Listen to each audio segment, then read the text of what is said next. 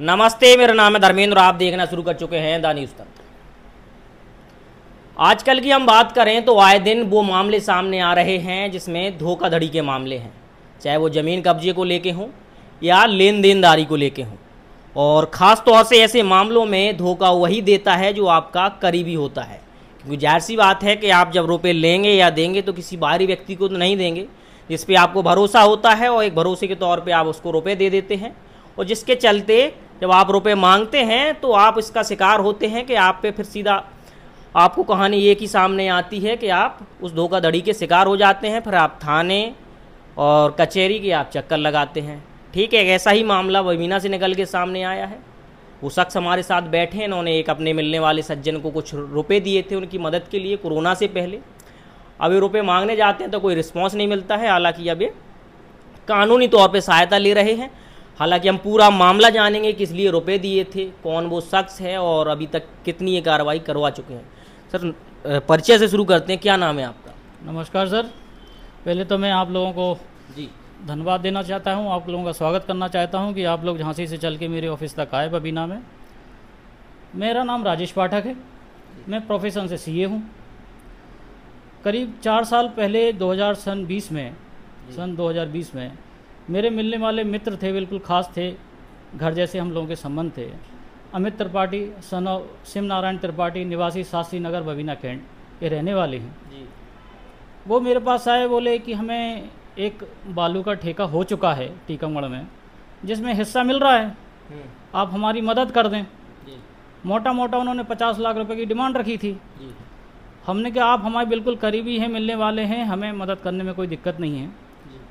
हमने कहा 25 लाख रुपए की हम मदद आप लोगों की कर पाएंगे, जिसमें हमने पिताजी के खाते से एफडी थी वो तोड़ी और 23 लाख रुपए पिताजी के खाते से अमित त्रिपाठी के खाते में ट्रांसफ़र किए आरटीजीएस के माध्यम से।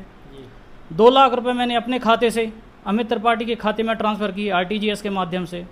टोटल 25 लाख रुपए का हमने स्टार्टिंग में पेमेंट किया। 2 साल तक हमने उनका वेट किया। कोरोना काल था, कुछ कह नहीं पा रहे थे, सुन नहीं पा रहे थे, वो भी टाला मटोली कर रहे थे, काम हो नहीं पा रहा, अभी पैसा फंसा हुआ है, काम स्टार्ट होगा दे देंगे। हमने भाई साहब काम आपका है, आप कहाँ ले गए क्या ले गए उससे हमें मतलब नहीं है।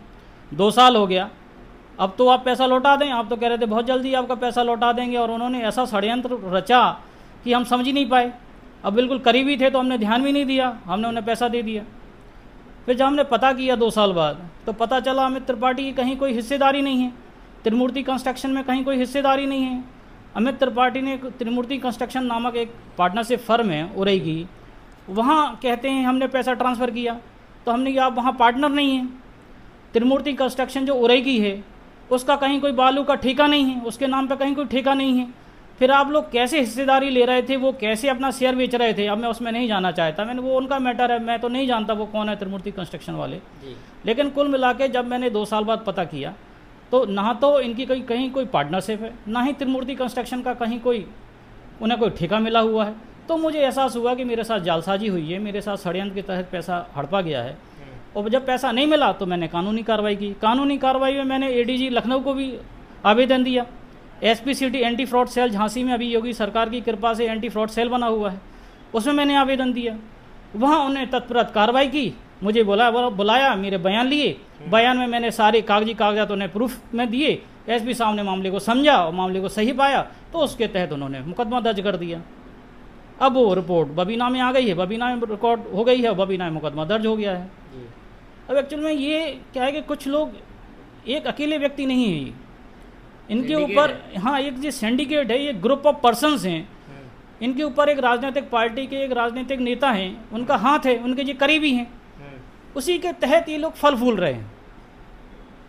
यहाँ पे जैसे अमित त्रिपाठी हैं, झांसी में एक अंजनी तिवारी हैं, उरई की जो फर्म है त्रिमूर्ति कंस्ट्रक्शन, ये भी इन्हीं की, मतलब ये सब मिले जुले हैं, ये अलग अलग नहीं हैं। जैसे कभी चोरी होती है, एक आदमी पर्स चुराता है, दूसरे को दे देता है, दूसरा तीसरे को दे देता है, आपस में घुमा देते ट्रांजेक्शन को। ऐसे इन्होंने प्रयास किया, लेकिन हमारा जो लेन देन है कागजों में है। तो जहाँ से पैसा आया, कहाँ गया, कहाँ से फिर इनके खाते से कहाँ गया, सब कागजों में है, तो कोई डिनाई नहीं कर सकता। एसपी साहब ने पूरा उसको कागजों को देखा और सही पाया तो मुकदमा दर्ज कर दिया। पहले भी मैं कागज का कलम का आदमी हूँ, लड़ सकता नहीं हूँ मैं, तो मैंने जब भी कलम की कार्रवाई करने की कोशिश की जो उनके ऊपर जिन व्यक्ति का हाथ है वो फ़ोन कर देते हैं तो कार्रवाई रुक जाती है। लेकिन इस बार सीधी मैंने एडीजी जनरल को कार्रवाई कर दी, वहाँ से कार्रवाई ऐसी तत्पर कार्रवाई हुई कि मुकदमा लिख गया।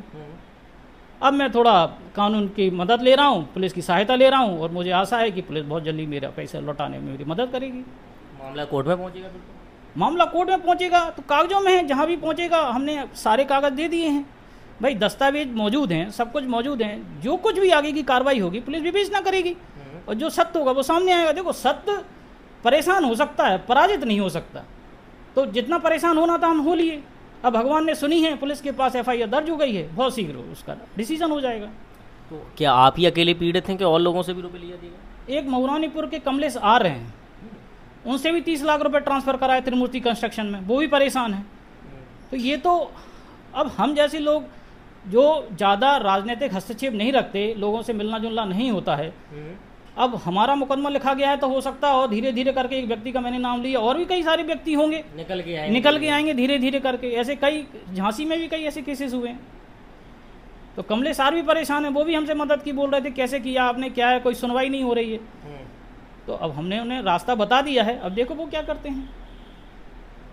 जी, तो पूरी कहानी आपके सामने आ गई, किस तरीके से ये शिकार हुए हैं। फिलहाल हालांकि आप वीडियो को फेसबुक पे देख रहे हैं तो आप शेयर करिए कि और लोग जो शिकार होने से बच जाएं और थोड़ा जागरूकता आए कि हालांकि देनदारी आप लोग भी रखें, लेकिन कोशिश करें कि जहां बिल्कुल 100% सिक्योरिटी हो सबूतों के तौर पे। हालांकि जी मदद करनी चाहिए, मदद की जाती है, मौके पे अपने आदमी की मदद की जाती है, मदद करना चाहिए, लेकिन आंखें बंद करके मदद नहीं करना चाहिए। मदद करने से पहले ये ज़रूर देख लें कि जो व्यक्ति अपना करीब है, अपना खास है, वो उसकी ज़मीनी हकीकत वास्तव में ये जो पैसे मांग रहा है ये किस पर्पज़ के लिए मांग रहा है, और वो पर्पज़ वो सॉल्व हो भी रहा है कि नहीं हो रहा है, कि आपने झूठ फरेब की बातें करके बस पैसा ले गया, बाकी उसके बाद गायब, घर बैठ गए, घूम रहे हैं, अपने एंजॉय कर रहे हैं लाइफ को, हमारे पैसे से एंजॉय कर रहे हैं।